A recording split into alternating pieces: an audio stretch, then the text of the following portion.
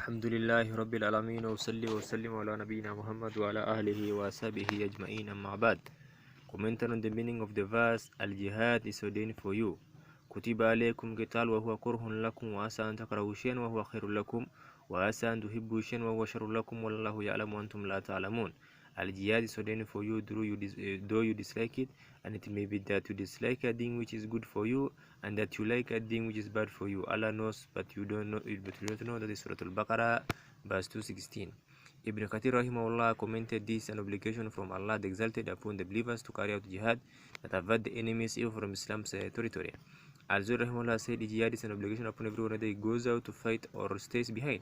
The one who stays behind must provide help when his help is sought, provided when his aid is sought, and must hurry to join the fight when he is called upon. And if there is no need for him, then he remains behind. That is why it is reported in Sahih, whoever dies without having fought, nor did he consider fighting, will die a death of Jahiliyyah. And he said on the day of the conquest of Makkah, there is no hijrah after the conquest, but there is jihad and intention. And when you are called upon to go out for jihad, then hasten to answer the call. And he is the exalted saying, وَهُوَ كُرْهٌ لَكُمْ, though you dislike it, means that jihad is hard and difficult upon you, and it is just like this that is hard, that is hard and difficult. For one is either killed or injured, together with the hardships of travel and fighting the enemy. Then he the exalted said, وَعَسَى أَن تَكْرَهُوا شَيْئًا وَهُوَ خَيْرٌ لَكُمْ, it may be that you dislike a thing which is good for you. Surah Al-Baqarah, that is 216, meaning it is good for you because victory and triumph over the enemy follows the fighting, as well as taking hold of their land. Well done, their descendants.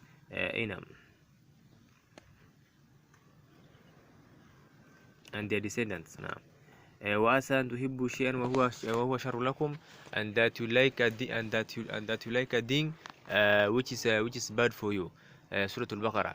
And this is general concerning all matters. A man may desire a thing while it contains nothing good or beneficial for him in it, and from that it is refraining from fighting for it, for it will be followed by enemies taking control of the land and the rule. Then he the exalted said, وَاللَّهُ يَعْلَمُ وَأَنْتُمْ لَا تَعْلَمُونَ, Allah knows but you do not know. Meaning he knows better about the end result of the affairs than you, and informs of what contains your welfare in both your dunya and your hereafter. So listen to him and comply with his command so that you may be guided.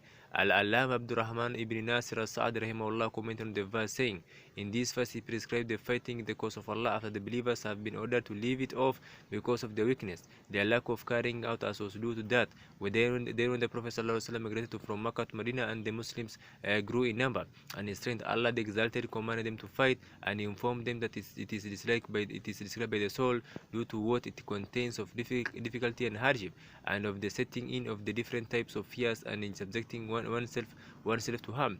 Nevertheless, it is nothing but outright goodness due to what it contains of great reward, of guarding against the painful punishment of victory over the enemies, of seizing or obtaining the spoils of war, and other than that, from what nature has the desire to carry out this act, despite it contains of the disliked things, that is being injured or killed. It is here, وَعَسَى أَن تُحِبُّوا شَيْئًا وَهُوَ شَرٌّ لَكُمْ, and that you like a thing which is bad for you, and that is parallel or similar to the refraining from jihad, with the preference for comfort. Surely it is evil because disappointment follows, the enemies gaining the upper hand over Islam and its people, the settling of the humiliation and degradation, passing upon the great reward and the punishments taking place, the result of not fighting. These verses are a general regarding the acts of goodness which the soul dislikes due to what they contain of hardship, informing that they are undoubtedly good, and that the acts of evil which the souls love and enjoy due to it believes to contain of comfort and delight, they are undoubtedly evil.